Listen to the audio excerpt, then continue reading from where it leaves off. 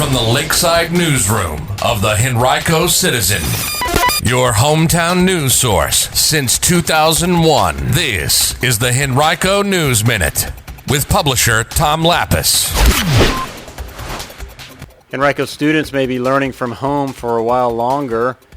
A look at the eviction situation in Henrico County and why July's COVID-19 death count in Henrico is not quite what it seems. We'll have details about those stories and more in today's Henrico News Minute for Tuesday, July 21st, 2020. It's brought to you today by Henrico Area Mental Health.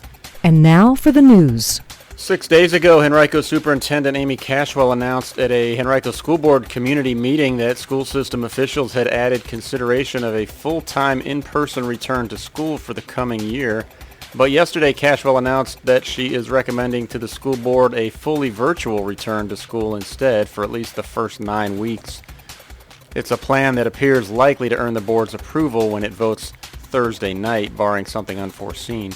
So what changed? Well, for starters, Cashwell told the Citizen yesterday an increase in COVID-19 infection rates statewide. Even though Henrico's 7-day positivity percentage is the same that it was at the first of the month, the state average has increased by 1.5% during that same time, according to the Virginia Department of Health. But perhaps an even more significant factor was the shift in feedback from HCPS teachers and staff members. Many of them have contacted the central office staff this week, Cashwell said, to explain that while they had indicated on the school system survey last month that they were comfortable returning to school, they had since changed their minds. Said Cashwell, quote, "That was no doubt a serious consideration. More and more we were hearing, I was comfortable then, I am not comfortable now," end quote. The Henrico Education Association, which represents teachers, last week announced that it favored a fully virtual return to school to mitigate health concerns of its members, as well as students and others who might contract the virus otherwise. And another Facebook group that includes a number of Henrico teachers also had mobilized to express similar thoughts.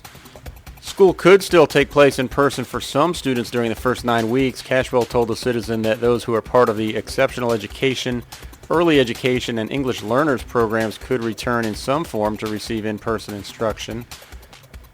Those groups of students typically are most reliant upon in-person instruction, and the Virginia Department of Education is encouraging school divisions to find ways to provide in-person learning for them whenever possible.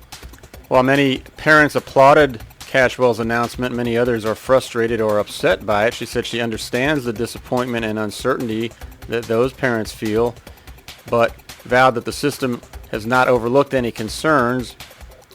She said, quote, "I can understand firsthand that the virtual option is not going to be a replacement for many components of the school day," end quote. School system officials also have been in regular contact with a number of child care facilities and traditionally after-school programs, such as those offered by the Henrico Police Athletic League, the YMCA, and others, in an attempt to collaboratively plan for the fully virtual option, according to Cashwell.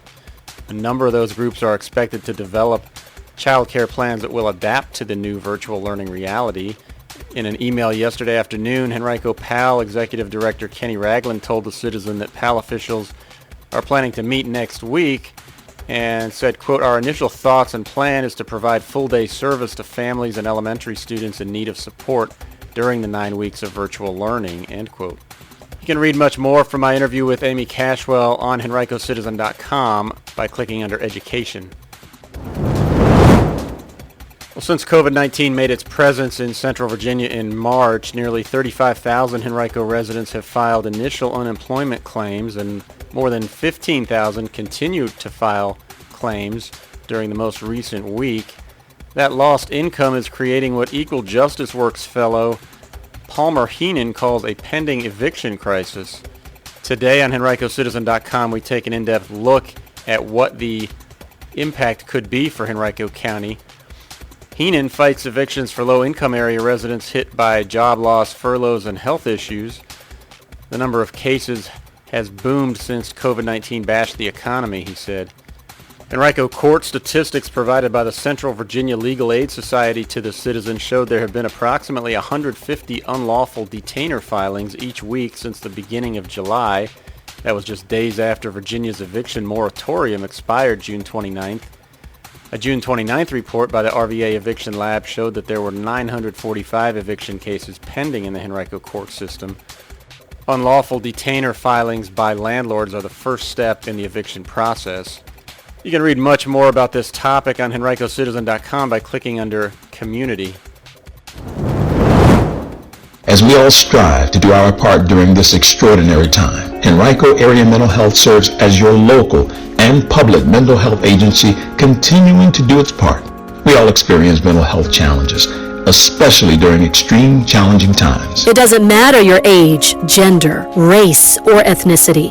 Each person is affected differently. If you're a resident of Charles City, New Kent, or Henrico counties, and you, a family member or friend or someone you know, may need someone to talk to about the mental health challenges being experienced. Do your part and call us at 804-727-8515. That's 804-727-8515. We're here to help. Remember, mental health is good health. Call Henrico Area Mental Health at 804-727-8515. That number again is 804-727-8515. This message comes to you from Henrico County CSB Prevention Services. Well, the Virginia Department of Health has reported 34 COVID-19 related deaths in Henrico County this month, but it also has reported just 2. If you're confused, you're not alone. The discrepancy, however, results from the fact that of those deaths connected by the agency this month to the virus, only 2 actually occurred this month. The others occurred weeks or months ago, but were attributed to the virus upon examination of death records in July. Henrico's total death count from the virus is 175. Data provided by the VDH to the Citizen at the publication's request clarified the confusion yesterday. The growing death count this month seemed odd, while other virus-related numbers, including hospitalizations, remained relatively stable. The VDH data shows that the only 2 deaths to occur this month took place July 1st and 4th. 12 deaths occurred last month, according to the agency, and 33 in May. The first 128 deaths in Henrico occurred in March and April. Overall, almost exactly half of the county's COVID deaths occurred in people 80 or older. Another 43 occurred in those in their 70s, while 34 occurred in those in their 60s. 8 people in their 50s and 2 in their 40s also have died from the virus in Henrico. Well, a popular Richmond area tradition will not take place at all this year. The 2020 Lebanese Food Festival was canceled yesterday by its organizers at St. Anthony's Maronite Church in Glen Allen. The event typically takes place in May, but had been delayed to September by organizers, but yesterday they pulled the plug entirely in light of the COVID-19 pandemic.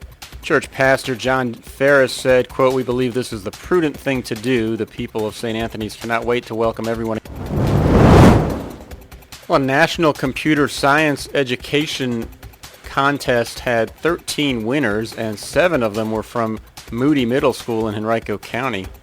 The Ignite My Future Student Challenge is an initiative that was started by Discovery Education and Tata Consultancy Services to expand computer science education in schools. Each year, the groups challenge middle school students to design solutions to improve the world in 3 categories: health, education, and the planet. This year's grand prize winner and the winners of 2 of the 3 top honors were all from Moody. You can read more about these students at henricocitizen.com by clicking on Education.